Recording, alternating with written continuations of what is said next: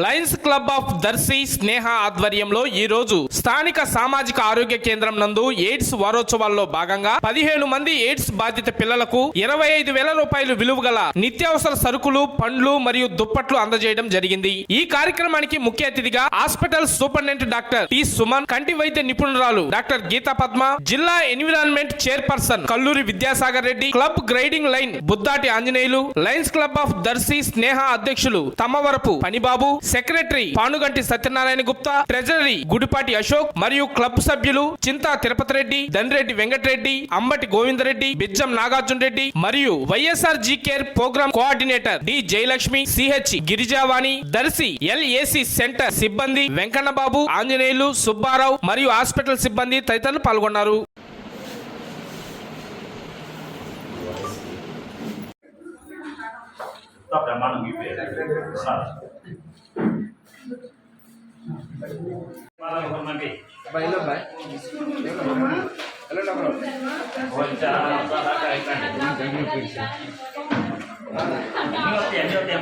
చాలా ఉన్నాయి.